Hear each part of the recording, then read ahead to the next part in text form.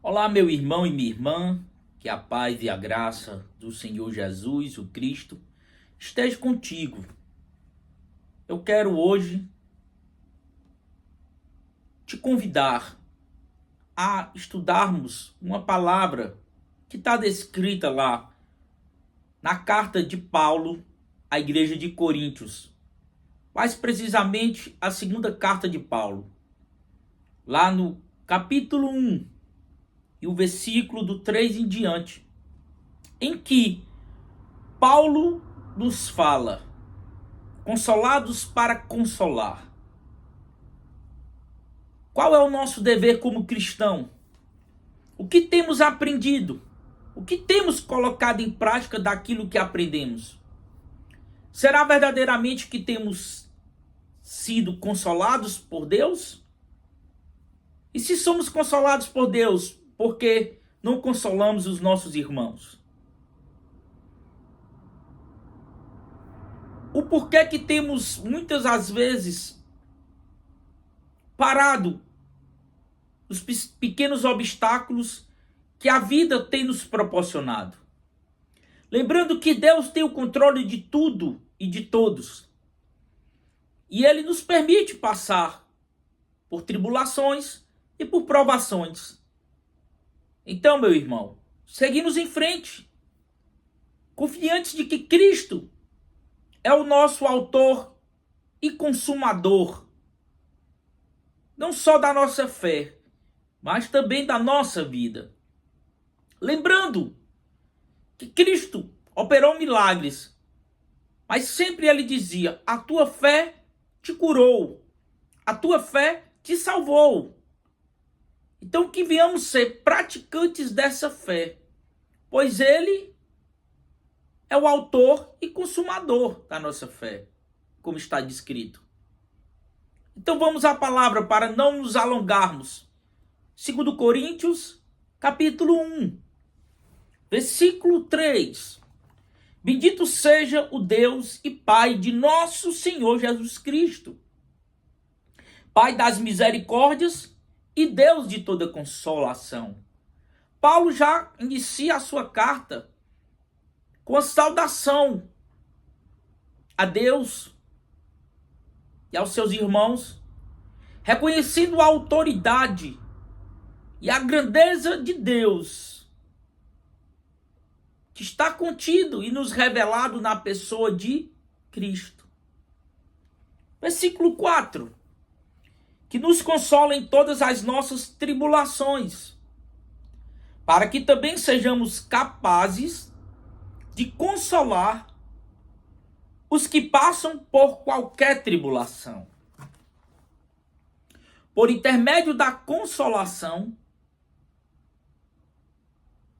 com que nós mesmos somos consolados por Deus. Então Paulo já fala no quarto versículo que através da consolação que Deus nos dá, nós devemos consolar os nossos irmãos. E o que você tem feito? Tem murmurado? Tem reclamado da vida?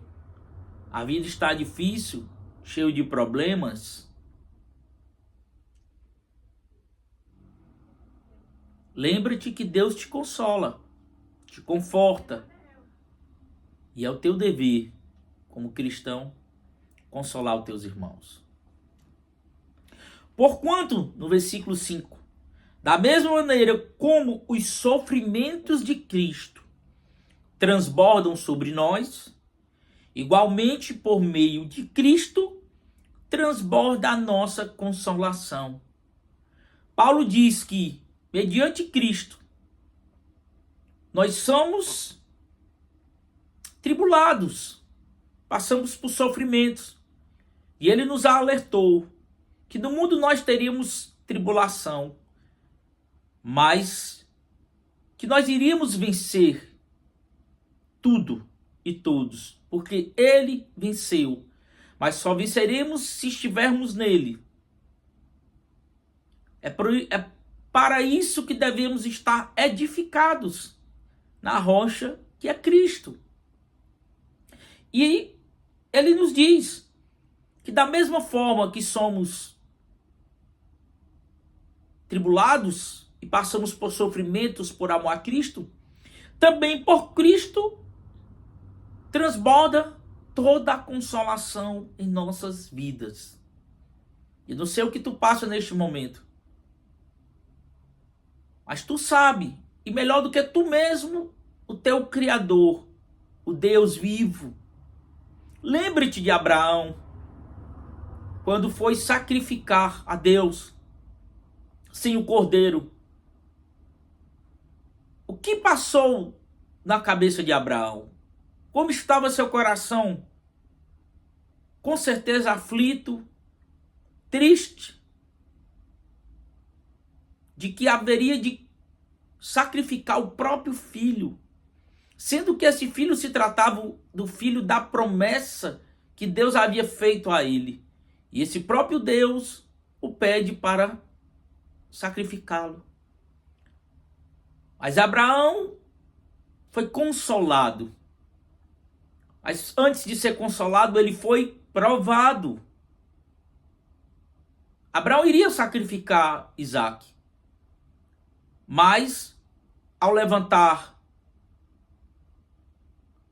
a faca, o bitelo, ele ouviu o berro do cordeiro. E ali Deus havia preparado a sua consolação.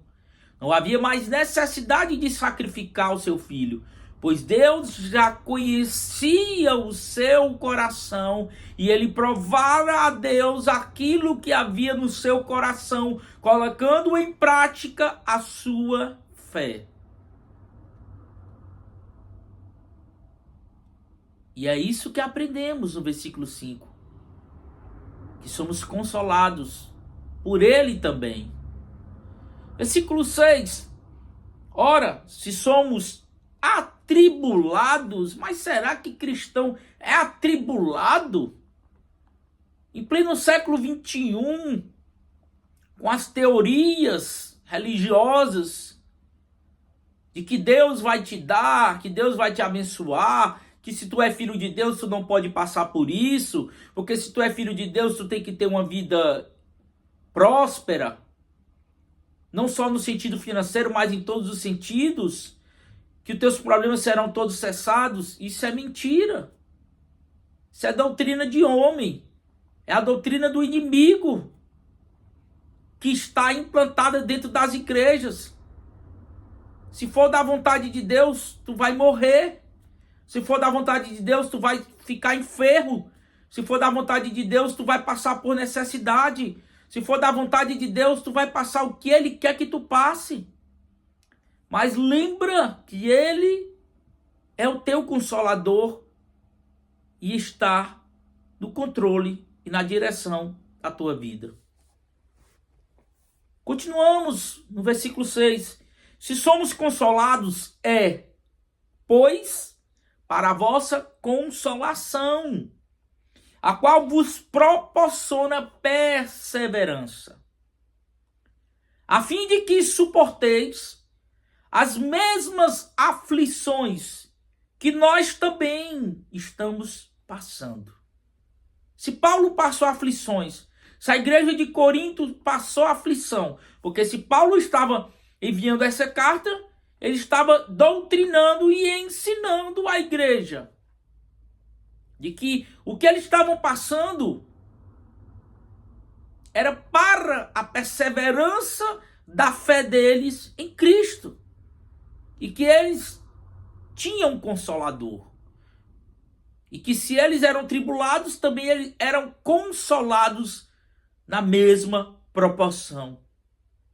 Versículo 7. E a nossa esperança a vosso respeito está firme, visto que sabemos que sois participantes dos sofrimentos e, de igual forma, o sereis da consolação. Versículo 8. Irmãos, não desejamos que desconheceis as tribulações que atravessamos na província da Ásia, as quais foram muito acima da nossa capacidade de suportar, de tal maneira que chegamos a perder a esperança da própria vida. Se Paulo diz que passou tamanha tribulação a ponto de perder a esperança na vida, na própria vida deles, quem sou eu, Elmo, um miserável, um desgraçado, um pecador? Eu estou falando do maior pregador, maior evangelista, o maior cristão para nós gentios, depois de Cristo.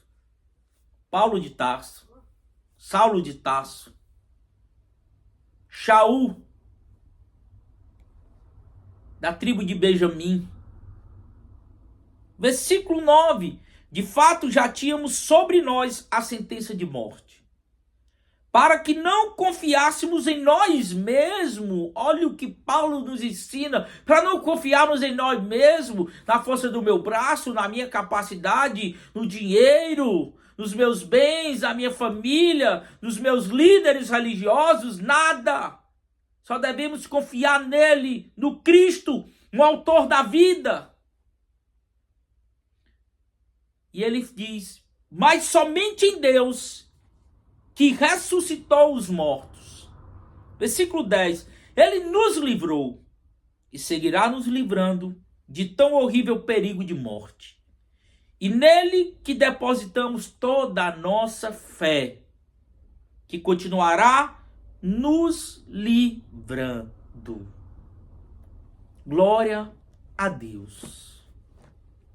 Se tu chegou até aqui para provar que tu dá importância à palavra de Deus, o que tu ouve, o ensino, porque muitos vão ensinar por aí nas igrejas, se intitulando homens e mulheres de Deus, pastores, presbíteros, diáconos, obreiros, apóstolos, bispos. Mas na verdade, poucos têm Deus. Então, se tu chegou até aqui, deixa o like e compartilha esse vídeo com teus irmãos. Não guarde o tesouro só para ti. Compartilhe, como Jesus Cristo disse. O reino de Deus é semelhante a um homem que encontrou um tesouro em um terreno. E ele vendeu tudo para comprar aquele terreno. Fique na paz, meu irmão. Que Deus te abençoe.